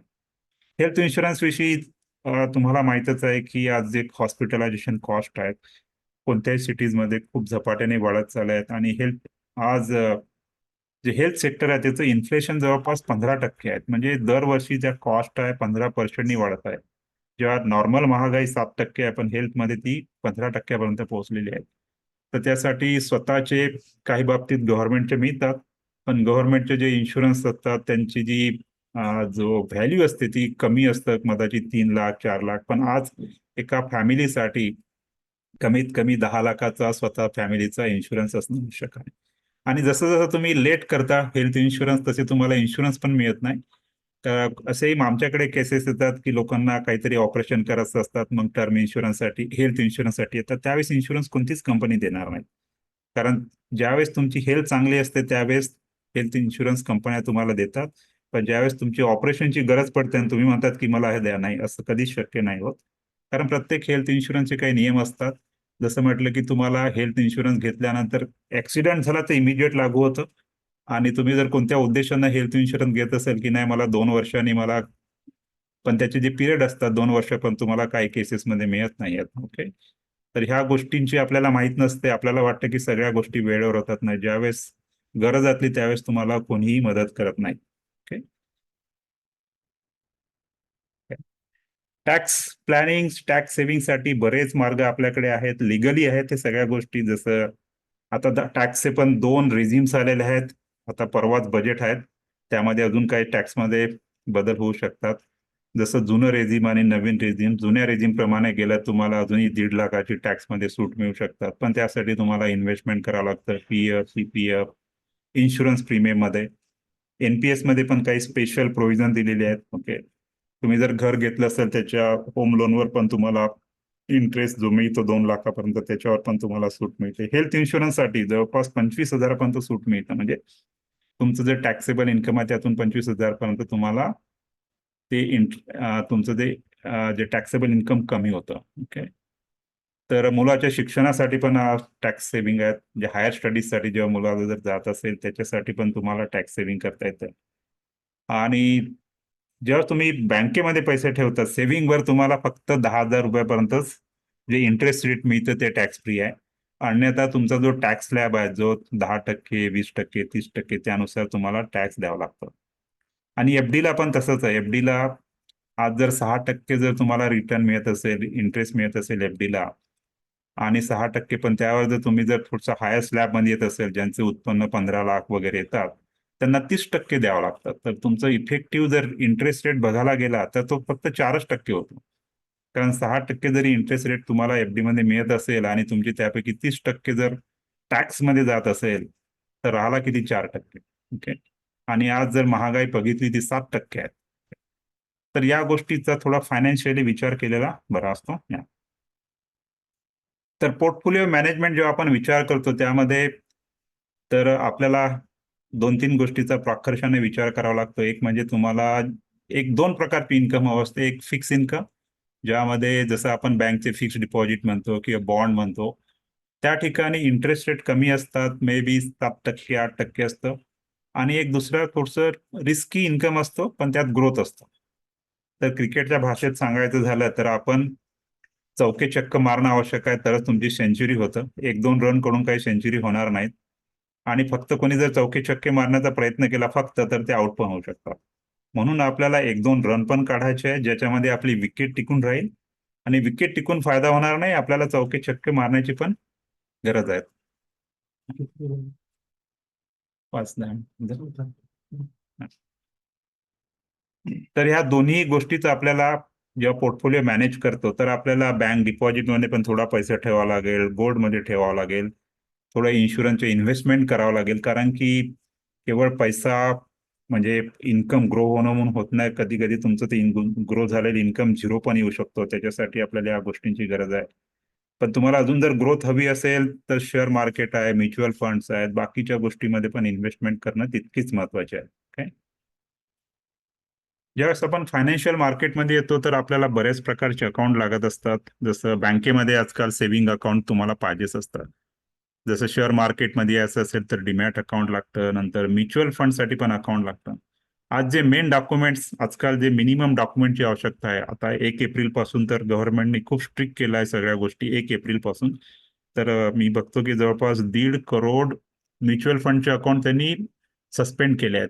कारण लोकांचा काही ना काही डेटा नाही आहेत, केवायसी व्यवस्थित नाही आहेत. ओके. तर आता तुमच्याकडे एक महत्वाची गोष्ट सांगतो की तुमचं आधार कार्ड, तुमचं पॅन कार्ड असायला पाहिजे, तुमचं कॅन्सर बँकेचा चेक असायला पाहिजे, चेकवर नाव असणं आवश्यक आहे. ओके. त्याच्याशिवाय व्हेरिफिकेशन होत नाहीत. आणि बँक तुमची थोडीशी म्हणजे आता जर ज्या गव्हर्नमेंट बँकमध्ये आम्ही 2-3 बँक प्रिफर करतो, जसं स्टेट बँक ऑफ इंडिया, पण प्रायव्हेट बँक पैकी तुम्ही जसं ICICI, HDFC, ऍक्सिस यांचे अकाउंट जर असेल तर तुमचे जे डिजिटाइज प्रोसेस खूप फास्ट होतं. तुम्हाला आता कोणतीही गोष्ट पेपर देण्याची आवश्यकता नाहीये. तर या गोष्टींची पूर्तता करणे आवश्यक आहे. तुमचं केवायसी बँकेमध्ये होतात. बऱ्याचदा बँकवाले पेपर घेतात पण केवायसी होत नाहीयेत. आजकाल केवायसी इज मस्ट. त्याच्याशिवाय तुम्हाला कोणतंही इन्व्हेस्टमेंट करता येत नाही. Okay? तो जमाना गेला 2-3 वर्षापूर्वीचा की सगळं काही शक्य होतं, आता नाही. आता आणि तुमचं बँक, तुमचं जे आधार कार्ड आणि पॅन कार्ड लिंक असायला पाहिजे. तर ह्या ज्या गोष्टी गव्हर्नमेंटनी खूप स्ट्रिक्टली घेतल्यात, कारण जे काही गैरप्रकार व्हायचे लोकांचे पूर्वी की दोन पॅन कार्ड असायचे, आता त्या गोष्टी बंद झालेल्या आहेत. त्याच्यासाठीच ह्या गोष्टी तुम्ही स्वतःहून करून स्वतः बघा. या गोष्टी सगळ्या, तुमचं नाव व्यवस्थित आहे की नावामध्ये जर फरक असेल, बँकेतलं नाव आणि तुमचं पॅन कार्डचं नाव जरी फरक असेल तरी तुमचं अकाउंट आता ओपन होत नाही. ओके. पूर्वी झालं ते झालं, पण आता तुम्ही ह्या गोष्टीकडे थोडंसं लक्ष द्या. ओके. तर आतापर्यंत मी जे तुम्हाला सांगितलं त्यावरून तुम्हाला थोडं आयडिया असेल की जे फायनान्शियल मार्केट हे खूप ओशियन आहे, म्हणजे समुद्रासारखं आहे. त्याची डेप्थ आणि त्याची जी विड्थ म्हणजे जाणून करून घेणं म्हणजे खूप म्हणजे खर्चिक आहेत आणि एक्सपिरियन्स खूप लागतं. आणि इतके काही प्रॉडक्ट्स फायनान्शियल मार्केटमध्ये आहेत, जसं आपण बघितलं stock market, mutual fund, commodity, खूप काही आहेत. ओके. तर त्यासाठी एक प्रकारचं एक्सपिरियन्स, नॉलेज म्हणजे त्यांचा तुम्हाला सपोर्ट लागत असतो. तर आम्ही या पद्धतीने बऱ्याच लोकांना, जे कॉर्पोरेट क्लायंट्स असतात आमचे किंवा बाकीचे लोकांना, सगळ्याच बाबतीत आम्ही हेल्प करत असतो. एस्पेशली स्टॉक मार्केटचं जे ट्रेनिंग आहेत त्याबद्दल, इन्शुरन्स असतात, FDs किंवा म्युच्युअल फंड, टॅक्स प्लॅनिंग, या सगळ्या गोष्टीमध्ये आम्ही लोकांना हेल्प करत असतो. तर हे झाली एक जनरल माहिती, जेणेकरून आपल्याला माहित असायला पाहिजे की फायनान्शियल प्लॅनिंग म्हणजे काय, इन्व्हेस्टमेंट म्हणजे काय. तर तुमचे काही स्पेसिफिक क्वेश्चन असतील तर तुम्ही विचारू शकता मला. ओके. जेणेकरून तुमच्या ज्या काही डाऊट्स आहेत ते क्लिअर व्हायला पाहिजे. सो तुम्ही तुमचा जो माईक आहे ते अनम्यूट करा आणि प्रश्न विचारू शकता. हा दादा, SIP संदर्भात SIP ची रिस्क कोण स्वीकारत असते? या जेव्हा तुम्ही SIP मध्ये, आता SIP मार्केटमध्ये सुरू SIP काही मार्केटमध्ये नवीन प्रॉडक्ट नाही. गेल्या 60 वर्षापासून SIP मार्केटमध्ये आहेत. ओके. आणि ज्यावेळेस SIP मध्ये तुम्ही इन्व्हेस्टमेंट करता, ज्यावेळेस त्याच्यासाठी आम्ही पिरियड सांगतो की 3-4 वर्षासाठी तुम्ही इन्व्हेस्टमेंट करायला पाहिजे. त्याचं कारण काय की गेल्या 70 वर्षाचा मार्केटचा हिशोबातलं मार्केट कधी खाली गेलेलं नाहीये. होऊ शकते की एखाद्या वर्ष काही कारणामुळे, जसं कोरोना आला, कोरोनामुळे मार्केट 20% खाली झालं, पण नंतर मार्केट कॅच झालं. तर त्यामध्ये अशी की रिस्क दिसत नाही, फक्त तुम्हाला तो पेशन्स ठेवावा लागतो, 3-4 वर्षाचा पिरियड द्यावा लागतो. होऊ शकतं एखाद्या वर्षी तुम्हाला 30% रिटर्न मिळू शकतं, होऊ शकतं एखाद्या वर्षी 10% येणार, होऊ शकतं एखाद्या वर्षी -10% पण येणार. पण आम्ही बघितलं की जे 3 वर्ष 4 वर्ष ठेवलं त्यांना निश्चितच तो पिरियड जो निघून जातो आणि तो रिटर्न तुम्हाला चांगले येतात, ऍव्हरेज जाऊन रिटर्न होतं. त्यामुळे रिस्क म्हणून असा मागता येत नाही, फक्त तुम्हाला ते डिसिप्लिन वी पेशन्स वेने ठेवावं लागतात. जे आता 70 वर्षात झालं नाही ते भविष्यात पण होणार नाही अशी आशा आहे. पण म्हणजे प्रत्येक मार्केटची काही रिस्क असतात, जसं जीवनातले रिस्क असतात, चालता चालता माणूस चालला जातो, पण असं झालेलं नाही आतापर्यंत की असं काही कोणाचं नुकसान झालं. फक्त तुम्ही जर एक पटकन जर तुम्हाला वाटलं की एका वर्षातच निघून गेलं, होऊ शकतं की त्यावेळेस मार्केट चांगलं नव्हतं, पण 3-4 वर्षामध्ये आतापर्यंत कोणाचंही नुकसान झालेलं नाहीये आणि ग्रोथच हा बोला. सर गणेश बोलतोय. हा Ganesh, good evening. Good evening. Sorry sir, good afternoon sir. Sir मला हे म्हणायचं आहे की जसं आज माझं वय 41 वर्ष आहे या आणि इन्व्हेस्टमेंट बाबत सर म्हणजे तेवढं अवेअरनेस नसल्यामुळे याच्या आधी आपण त्याच्याकडे लक्ष दिलं नाही आणि आज असं वाटतं की आपण थोडंसं मागे राहिलो, पण या आज आपल्याला थोडंसं करायचं आहे. तर कशा प्रकारचं म्हणजे प्लॅनिंग तुम्ही तर सांगितलंच, आता मी ऐकत होतो, पण आता कसं करता येईल आपल्याला 41 नंतर आता थोडंसं समोर आपल्याला या कशा प्रकारे करता येईल? तर अजूनही वेळ गेलेली नाहीये, अजूनही आपलं जे काही झालं ते झालं. पण 41 वर्ष is a good age. Okay, जर कोणी जर 55 वर्षी जर येत असेल that is a bad age. कारण काही काही लोक माझ्याकडे येतात 55 वर्षी आणि माझं होतं की माझ्याकडे 50 लाख आहे. मी काय करणार म्हटलं त्या 50 लाखाचं, म्हणजे ते ग्रोथ होत नाही. पण तुमच्याकडे आता वेळ आहेत आणि सगळ्यात आधी म्हणजे आज ज्या पद्धतीने म्युच्युअल फंड मध्ये लोक इन्व्हेस्टमेंट करतात that is the best way to start with. Okay, कारण म्युच्युअल फंडमध्ये तुमचा पैसा एक म्युच्युअल फंड कंपनी मॅनेज करतो, तो पैसा स्टॉक मार्केटला जातो, काही बॉन्ड मार्केटला जातो, वेगळ्या प्रकारचे डिपेंड करतं. आणि आपण जसे मीडियम जरी फंड घेतले तरी त्यामध्ये जवळपास 13-14% रिटर्न, चांगले रिटर्न्स मिळतात. ओके, जर थोडी कोणाची हा आणि जर कोणी रिस्क, आता ज्यांच्याकडे आता काही मोठे मोठे क्लायंट्स असतात त्यांना 14%-15% समाधान होत नाही, त्यांना वाटतं की 25%, मग ते थोडे वेगळे फंड घेतात, आम्ही त्यांना रिकमेंड करतो, पण ते रिस्क पण घेतात त्यात. त्यांना माहित आहे की वाढलं तर रिस्क पण वाढतं. पण 13-14% इज नॉट अ रिस्क, त्या सेफ आहेत आणि ऍव्हरेज जर रिटर्न बघितलं तर तेवढे येतातच. Okay, yes. या हॅलो सर, मी सचिन बोलतो सर. हा बोला सचिन. सर जसं आता आपण सांगितलं की जसं बँक आपल्याला रिटर्न देतात त्या प्रमाणात आहे का इन्फ्लेशन रेट तेवढा वाढतच आहे, या बरोबर? या तर त्या प्रमाणामध्ये आपण जर समजा आता इन्व्हेस्टमेंट करत आहोत तर त्यामध्ये आपलं एक त्याला काय म्हणता येईल समाधानकारकला पोटेन्शियल अर्निंग आपलं किती असायला हवं, म्हणजे किती पोटेन्शियल अर्निंग जर मिळालं त्या म्युच्युअल फंडच्या SIP मधून तर आपण म्हणजे बेस्ट राहील आपल्यासाठी. हा, तुमचं आता मी जे उदाहरण तुम्हाला दिलं की म्युच्युअल फंड मध्ये तुम्ही जर अगदी 10,000पासून जरी SIP सुरू केली तर त्याचे जे रिटर्न्स आहेत चांगले येतात. ओके, आता प्रत्येकाची आता कपॅसिटी वेगळी असतात. आता माझ्याकडे काही काही जे इन्व्हेस्टर असतात त्यांचं महिन्याचं SIPच 1-1 लाख रुपये असतात, म्हणजे असे पण लोक असतात. हा, इतके लोक इन्व्हेस्टमेंट करत असतात म्युच्युअल फंड मध्ये, महिन्याला 1-1 लाख रुपये त्यांच्या याच्यातून निघत असतात. ओके, तर त्यानुसार मग त्याचे रिटर्न बसतात, त्यांचा पोर्टफोलिओ पण मग 2 करोड 3 करोडचे बनत असतात. ओके, तर ऍव्हरेज रिटर्न जरी तेवढा पकडला आपण तर खूप मोठा रिटर्न्स बनतो. ओके, तर मी I will recommend people to start with mutual fund. पण स्टॉक मार्केटमध्ये यायचं असेल मग स्वतःचा एक्सपिरियन्स, स्वतःचं नॉलेज, अन्यथा लॉसचे खूप चान्सेस आहेत. मी बघतो की 80% लोक स्टॉक मार्केटमध्ये लॉस करत असतात. ज्यांना म्हणजे 3-4 वर्षाचा एक्सपिरियन्स खूप तगडा, म्हणजे प्रोफेशनल ट्रेनिंग घेऊन केलेला असतो. आता मी स्वतः प्रोफेशनल ट्रेडर आहोत, आमची गोष्ट वेगळी आहे, कारण की आम्ही त्यामध्ये जवळपास 7-8 वर्षापासून फुल्ली ट्रेन आहोत.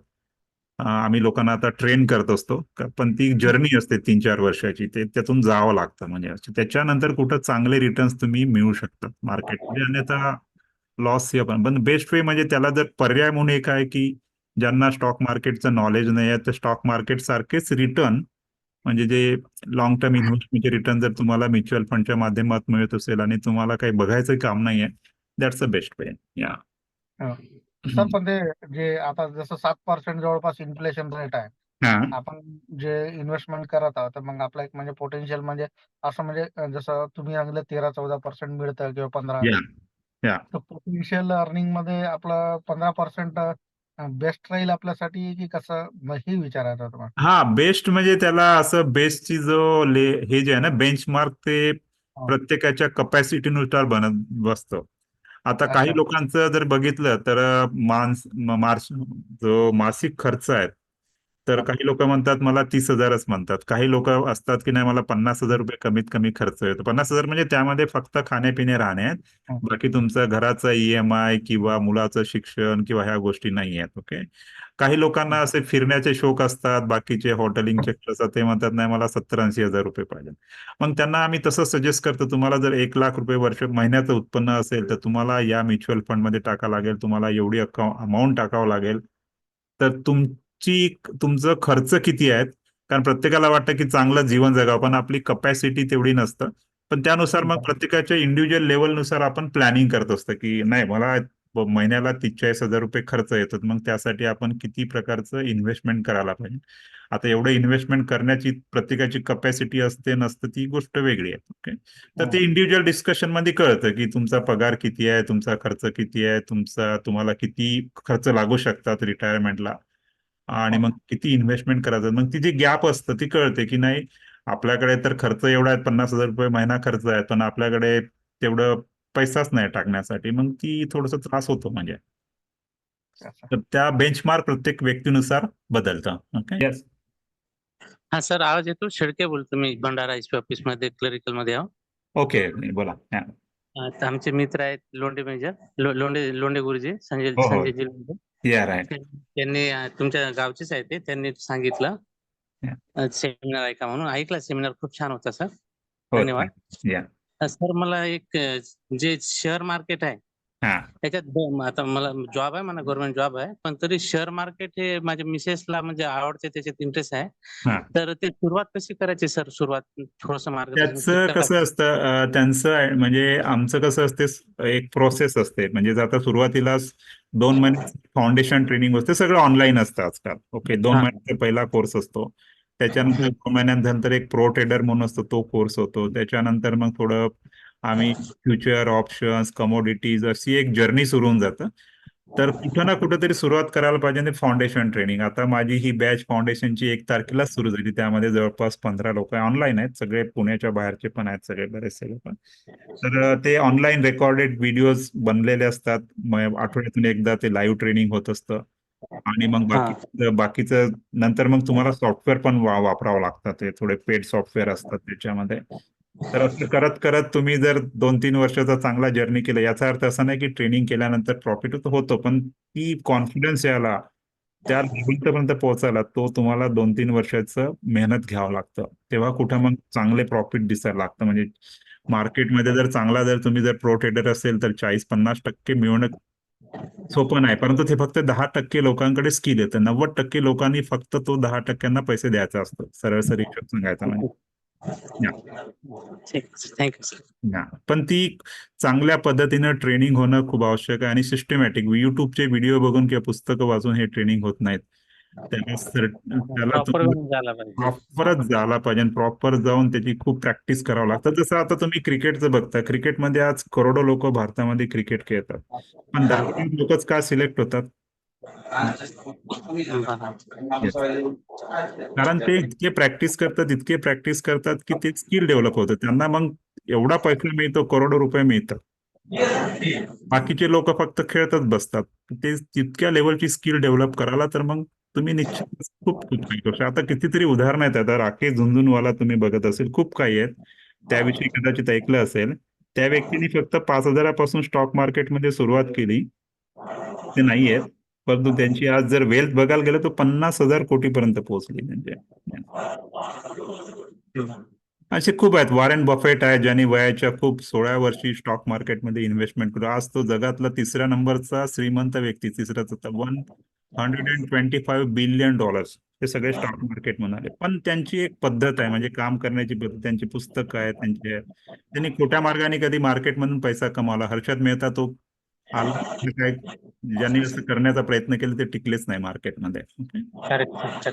हा, तर तुम्ही जर सिस्टमॅटिकपणे व्यवस्थितपणे जर काम करत असेल, खरंच तुम्ही प्रॉपर वेनी नॉलेज, स्किल, एक्सपिरियन्स आणि बिहेवियर 4 गोष्टीवर काम करावं लागते. म्हणजे ते तुमचं पेशन्स, तुमचं डिसिप्लिन, तुमचे बऱ्याच पर्सनल गोष्टी पण तुम्हाला त्यामध्ये कव्हर अप करावं लागतं.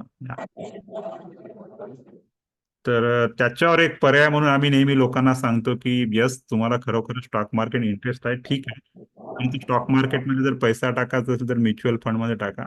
आणि जर तुम्हाला वाटत असेल की मला खरोखर स्टॉक मार्केट आहे, मग काही पैसा स्टॉक मार्केटमध्ये पण टाका, त्याला काही हरकत नाही.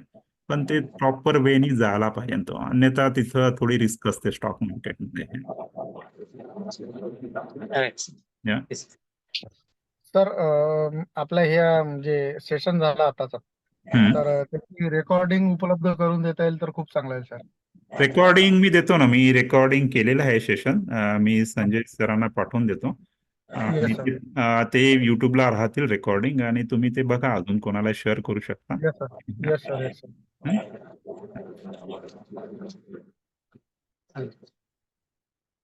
अजून काही प्रश्न असतील तर सांगा, आणि नंतर एक हे सेशन झाल्यानंतर कोणाला जर काही प्रत्यक्ष बोलायचं असेल तर मला कॉल करू शकता. माझा फोन नंबर संजय सर आहे आणि ते तुम्हाला हेल्प करतील. ओके. पण एक या सेशनचा उद्देश हाच होता की तुम्हाला या सेशनचा उद्देश हाच होता की तुम्हाला माहिती असायला पाहिजे. यासाठी मी हे सेशन ऑर्गनाईज केलं की बऱ्याच लोकांचे गैरसमज असतात, आणि मी गेल्या 10 वर्षापासून हा बोला. हा सर, नमस्कार. मी चंदू पंढर बोलतोय गिरडवरून. हा बोला. सर, माझं पेमेंट आता 15,000 रुपये आहे. त्यातलं कमीत कमी मी 5,000 रुपये म्युच्युअल फंडला गुंतवू शकतो. त्याविषयी म्युच्युअल फंड असते सर, त्याविषयी आपलं मार्ग. हो, डेफिनेटली. तर तुम्ही मला माझ्या व्हॉट्सअपवर मेसेज पाठवा, मी तुम्हाला काही माहिती पाठवतो, आणि ती प्रोसेस स्टेप बाय स्टेप जागा आपल्याला चेक करावं लागेल तुमची केवायसी झाली की नाही आहेत. नंतर तुमची जे काही बेसिक माहिती लागतं त्या म्युच्युअल फंडचं अकाउंट ओपन होतं, आणि आज प्रत्येकाकडे इंटरनेट बँकिंग असणं आवश्यक आहे, ते एक करा. कारण तुम्ही मॅन्युअल प्रोसेसमध्ये जाल ना तर त्यात ज्या कामासाठी 1 मिनिट लागतं त्या कामासाठी 1 महिना लागू शकतात, कारण ते मग फार बेकार प्रोसेस होतं, आणि आम्ही आता मॅन्युअली सगळं बंदच केलेलं आहे. तर प्रत्येकाकडे इंटरनेट बँकिंग ठेवा, ते खूप महत्वाचं आहे. कारण SIP स्टार्ट करायची म्हटलं की तुम्हाला ECS करावं लागतं ना, तर इंटरनेट बँकिंगने SIP जर करायची असेल तर तो 1 मिनिटाचं काम लागतं. तर ते बेसिक माहिती तुम्ही पाठवून द्या, मग आपल्याला ते काही OTP येतात, कारण आजकाल गोष्ट OTP येतं, ते तुमचं ईमेल ID व्हेरिफिकेशन होतं, 5-6 वेळा अकाउंट ओपन झाल्यानंतर म्युच्युअल फंड मध्ये इन्व्हेस्टमेंट करता येतं, आणि मग तुम्हाला ते ऍपवर पण दिसतात, तुम्ही कधी बघता, आणि तुमच्या हातात सगळ्या गोष्टी बँक अकाउंट सारखं मॅनेज करता येतं. हा, येस, बोला. इन्व्हेस्ट करायचं म्हटलं तर आता लॅपटॉप वगैरे नाही माझ्याकडे, तर मी मोबाईलवरच इन्व्हेस्ट करत असतो. तर सर्वात चांगली ऍप म्हटलं तर कोणती आहे सर? थोडा सजेस्ट करा तर बरं होईल. कशामध्ये इन्व्हेस्टमेंट करता तुम्ही? एंजल वन मध्ये चालू आहे सर सध्या. एंजल वन मध्ये करतो. एंजल वन पण चांगला आहे, आम्ही झिरोदा पण रिकमेंड करत असतो नॉर्मली, पण Angel One is also good one. Okay. मी काय म्हटलं सर, ते इंडेक्स फंड आहे तो बेस्ट इंडेक्स फंड थोडं सजेस्ट करा तर बरं होईल. हा, इंडेक्स फंड आहेत ना, तसे जसं निफ्टीचा इंडेक्स फंड येतात, निफ्टी बीज म्हणून येतात, ते पण छान असतात. निफ्टी बीज बघाल त्याला, ते इंडेक्स फंड. हा, त्यावर भर द्या निफ्टी. हा, अच्छा. सर, ते ETF विषयी काय असतं सर? ETF कसे असतात की तुम्ही एक्सचेंज मध्ये जसं NSE BSE मध्ये तुम्ही ते फंड घेऊ शकतात. ओके. तर ETF जो प्रकार आहे तो म्युच्युअल फंडचाच प्रकार आहे, पण तो तुम्हाला कधी विकता आणि बाय करता येतो. Okay.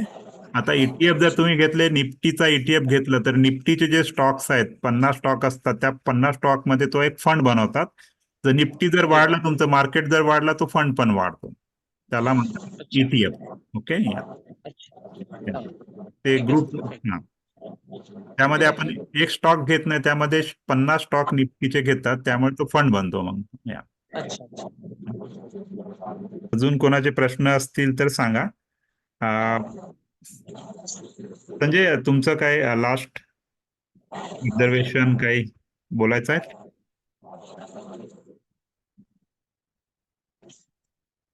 Sanjay, can you here मी? बोल, आवाज येतो माझा? हॅलो. हा, जस्ट तुमचे लास्ट कॉमेंट्स किंवा काही ऑब्झर्वेशन, काही प्रतिक्रिया असतील तर बघूया. SIP मध्ये एक्स्ट्रा इन्व्हेस्टमेंट करता येते का? SIP म्युच्युअल फंड मध्ये 2 पद्धतीने इन्व्हेस्टमेंट करता येतं. एक तर SIP पद्धतीने, दुसरी लमसम पद्धतीने. लमसम पद्धतीने म्हणजे आता तुमच्याकडे कधी कधी लोकांकडे खूप पैसा येऊन जातो, म्हणजे कसं तुमचं बोनस मिळतं, त्यात कधी ते पैसे पण वन टाइम पण करू शकतात. SIP न करता वन टाइम पण करू शकतात. आणि काय चालू SIP मध्ये आपल्याला ती इन्व्हेस्टमेंट करता येणार नाही का? चालू SIP मध्ये पण करता येतं, कारण तो फंड तेमच असतो. तुम्ही जर SIP ची अमाऊंट व्हॅल्यू चेंज करू शकता, किंवा दुसरी गोष्ट, त्याच फंड मध्ये तुम्हाला असं वाटलं की या महिन्यात माझ्याकडे जास्त पैसे आले आहेत, 10,000 रुपये जास्त झाले आहेत, तर 10,000 रुपये सेपरेटली त्या फंड मध्ये टाकू शकतात. ओके. ते SIP कसं असतं की ते डिसिप्लिन वेने असते, प्रत्येक महिन्यात एवढे पैसे कटणार म्हणजे कटणार. पण तुमच्याकडे एखाद्या महिन्यात जास्त पैसे आले तर ते ऍडिशनल पैसे तुम्ही त्याच फंड मध्ये टाकतात ज्यामध्ये SIP सुरू आहे. थँक्यू दादा. ओके. या ओके, तर मी आशा करतो की तुम्हाला जे फायनान्स प्लॅनिंग, नंतर इन्व्हेस्टमेंट ऑपॉर्च्युनिटीज किंवा जे काही रिस्क आहे त्याविषयी बरीच माहिती मिळाली असेल. तर ही एक माहिती आहे. आणि जर अजून काही जर तुम्हाला काही पर्टिक्युलर एरियाबद्दल माहिती असेल तर मला कधी कॉल करू शकता. मी पाठवेल तुम्हाला. आणि यात